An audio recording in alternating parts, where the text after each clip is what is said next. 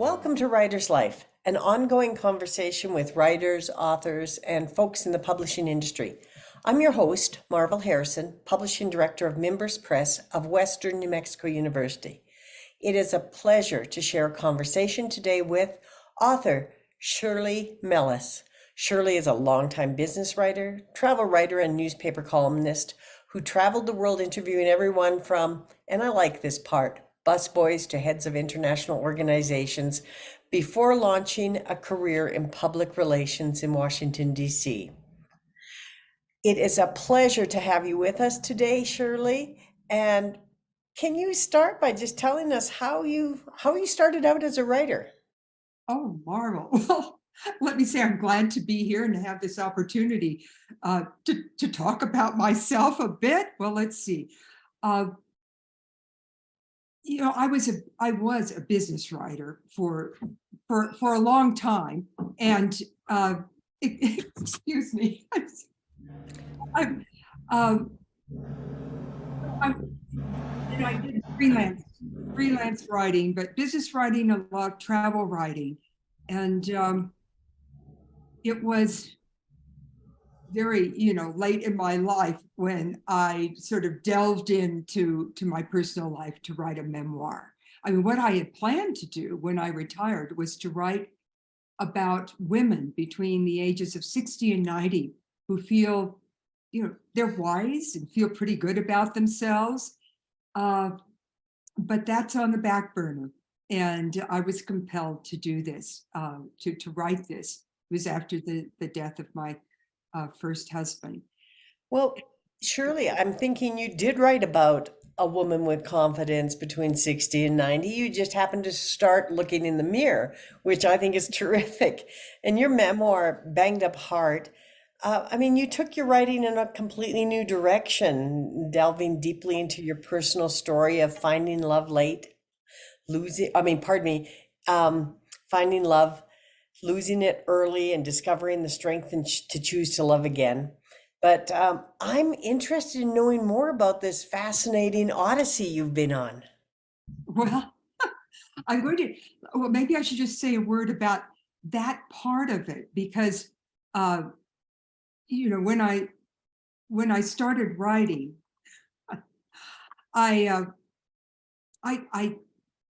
I was not an English major. I was a history major in college. So I was deep into Herodotus and Thucydides, and other people, my classmates, were reading great books that I wished I were too, but I couldn't squeeze those in.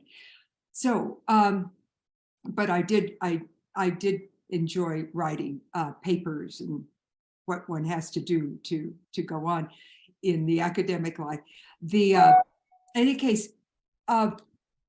so my first take on this, I had a lot of, as a history major, you revere sources, original sources. So I had lots of emails as my sources when I started writing Banged Up Heart.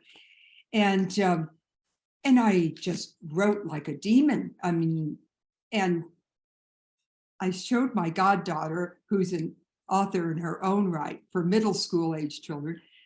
I guess I showed her my first 60 pages, and she said, "Shirley," she says, "other people will be interested in this. You've got to keep going." And she says, "But you've got to write about Joe, my second husband, Joe was my first husband, whom she knew and really was crazy about, and he had died, and so I wrote about Joe, and then I didn't stop there. I went back to my Greek lover and my troubled mother, and I just had I had a huge manuscript, and yet I sensed that something was missing, and I was introduced to an editor, and I met her at a tea house on Canyon Road. And I said, here's this voluminous manuscript. I know there's something missing, but I have no idea what it is. And she accepted it. And 2 weeks later, she said, "I know exactly what's missing." So we met again.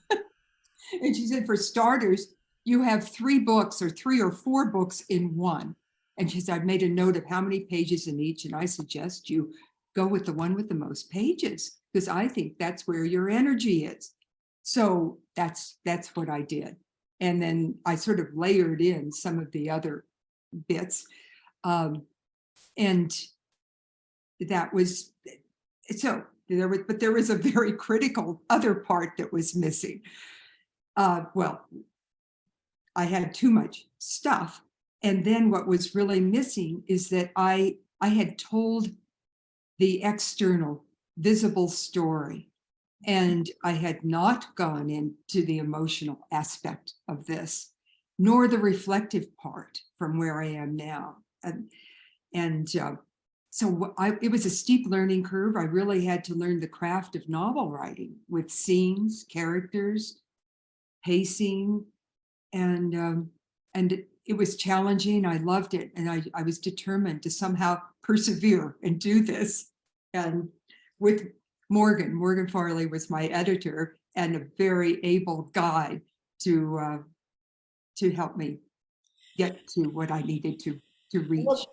Well, just recapping that then. So you wrote cognitively, you had a lot of material, you were encouraged by your goddaughter, somebody who was inspired by wanting to learn more. So my first question about that is, how did you find an editor? How did you find Morgan? That was just happenstance. It was my current husband, Frank, whom I didn't know. I mean, we weren't married then. Went to a book reading by the wife of a friend of his, Mhm. and he met Morgan there, and he started telling her about me. I was living in Northern Virginia. He was here in New Mexico, and so she gave him her contact information. Well, I wasn't ready. I was still writing. I was nearing the end of what I called my first draft.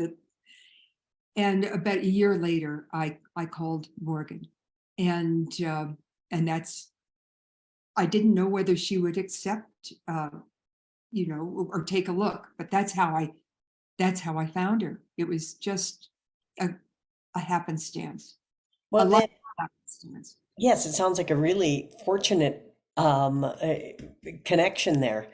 Well, so then you also mentioned that, you had to move from a head space to a heart space.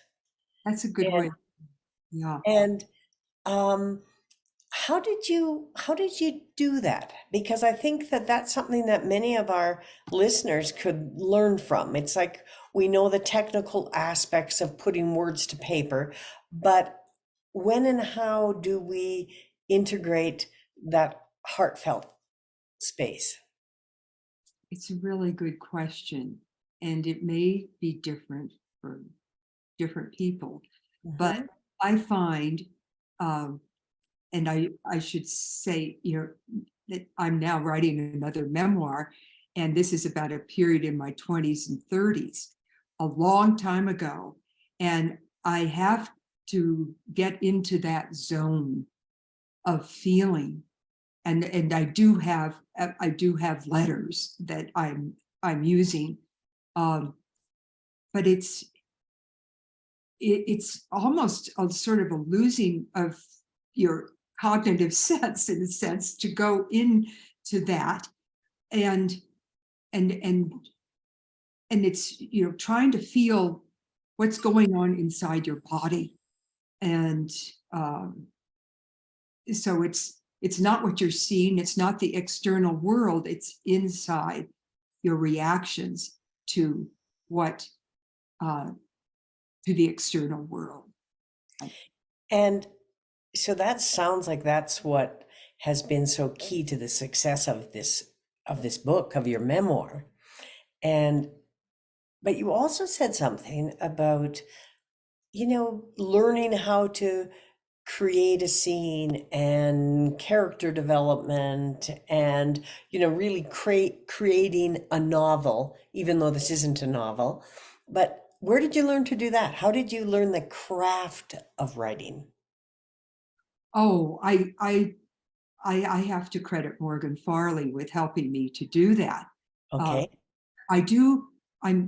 I luckily I have a good ear for conversation, for dialogue and memory of that. And so I could remember what was said, or in that for Banged Up Heart, but creating the context around it so that you sort of set up a scene so that what you are wanting to say is all part of that. So how did I do it? I read a lot. I read Mary Carr, The Art of Memoir. I just read a number of memoirs, and then I wrote a lot. I wrote, I practiced, I wrote, and the greatest thing would be if editor Morgan would read something and she said, "Oh, Shirley," she says, "I forgot I was supposed to be editing. I was just going on and on." And I thought, "Oh my." The finest compliment. But then, and that would sort of be the counter to her saying, "I'm sorry, but it doesn't work." It just doesn't work.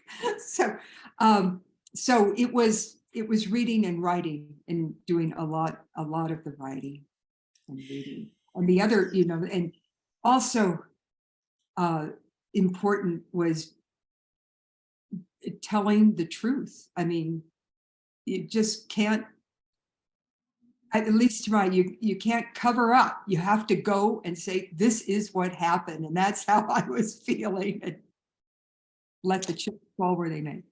Well, given that means that it takes a lot of courage to actually put yourself on paper, both cognitively to begin with, but then that heartfelt and that visceral experience that you were describing. And there's no coming back from that. There's no hedging back around those words. What did that feel like when people started reading and knowing, commenting and knowing your truths? So horrible. I had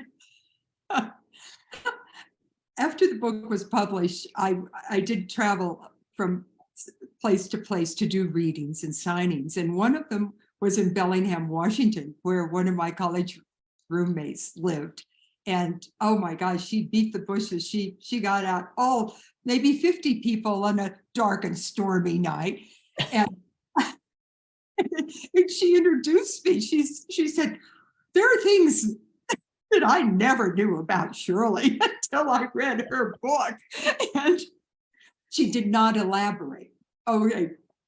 But then closer to home being Santa Fe, I overheard after another reading, or someone that I know sort of not closely, but sort of well, it's saying, "I don't know how she could have put that in her book.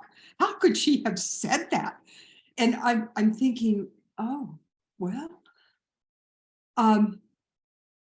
it's my truth. And that's how I said it. I wasn't going to censor, I just couldn't censor myself. And as long as I'm not hurting somebody else, then I think it passes muster for me. Right.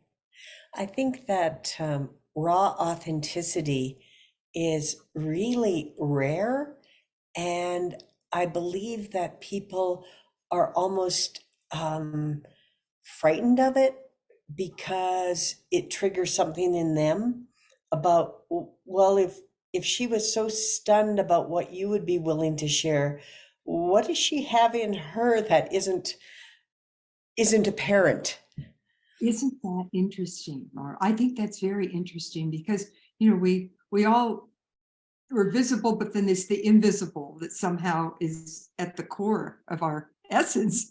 And this particular person I've noticed since over lunch a couple of times with other people is much more revealing about herself than she ever was before she read my book. I don't. Oh, you've started something, Shirley. Well, this leads me to that whole idea that writing stories or bringing forth that aspect of women 60 to 90 who have found themselves, who are grounded in who they are. And as you describe, I pick up on the joy of that for you in terms of just, here I am. Well, there's not much I can do about it. I mean, it is what it is. As one of my other roommates would used to say, she said, Shirley, it is what it is. She was a math major. Oh, okay. Oh, Well, good for you. Another aspect of your world is working with the New Mexico writers. Um, and can you tell us about that? oh, I'd like to. This is new. This is something new to me. Well, a few years ago, I became a member of the New Mexico Book Association. And this is before COVID. And we used to have monthly meetings, in-person meetings at Tiny's restaurant here in Santa Fe. Uh, but so, time marches on. COVID came and those in-person meetings became Zoom networking meetings. And so I was asked a couple of years ago, I guess it's a year ago, if I would be interested in being on the board. And at the time I was involved, I'm still involved with the New Mexico Press Women. And I'm a correspondent for my college class. I'm just saying, can I do this? I said, I remember he said, well, you could be an at-large member and you wouldn't vote on. Oh, I said, I would want to vote. I want to vote. So, in any case, I stepped back a little from one of my other responsibilities, and so to go on the board, and then and this year I became co-president of the New Mexico Book Association, and my co-president is Miguel de la Cruz, who lives in Las Cruces. Now, it's only because of Zoom. I mean, this is one silver lining of Zoom, is that we attracted people from various corners of the state as members and as active participants. So How do people, so we have just a little more than 100 members. and how does one become a member, or is it by invitation? Can you tell us how Oh, our listeners might find out more about that? oh yes, we have a website, New Mexico Book Association, nmbookassociation.org. It's an organization that's nearly 30 years old. It was started by a small group of publishers, and then soon after that, opened membership to every facet of book production. So, I mean, from authors to editors to book designers, and of course, publishers and narrators, even avid readers. So we support the creation of quality books. And to do that, we have workshops and workshops for our members, of interest to our members. And I'm hoping that Jared Kurtz will lead one of these workshops on the publishing landscape, the ever-changing landscape, and the challenges that presents. We have about 6 workshops a year now, and we also support opportunities to sell our member books. I mean, we're a presence at the Tucson Book Festival, and then at the new, let's see, the Library Association holds a conference in Albuquerque in the fall, and we are there. And recently we've started a series with a local bookstore, Garcia Street Books, called Meet the Authors. So we have members who are on the portal the first Saturday of every month while the weather's nice, presumably.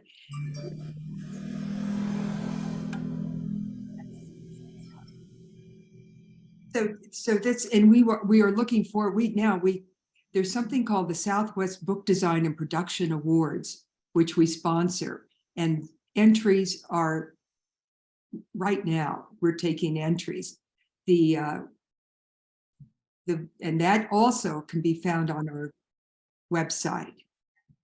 The winners will be celebrated at a gala that we're holding on August 23rd here in Santa Fe, Las Campanas, Santa Fe, from 5:30 to 8:30. Well, congratulations on your contribution to the writing world, on being supportive, and I appreciate you spending some time with us today. So we'll be looking forward to hearing more from you in the future and other members of your organization. Oh, Marvel, thank you. I mean, I'm impressed by the existence of members and your challenge. I mean, your desire to focus, not just on Southwest, but universal issues. Mm-hmm. Oh, thank you. So thank you. And it's been a joy to speak with you today, Shirley. And thanks to everyone who has joined us. I'm Marvel Harrison, and from all of us at Mimbres Press, may your day be sparked with curiosity and wonder.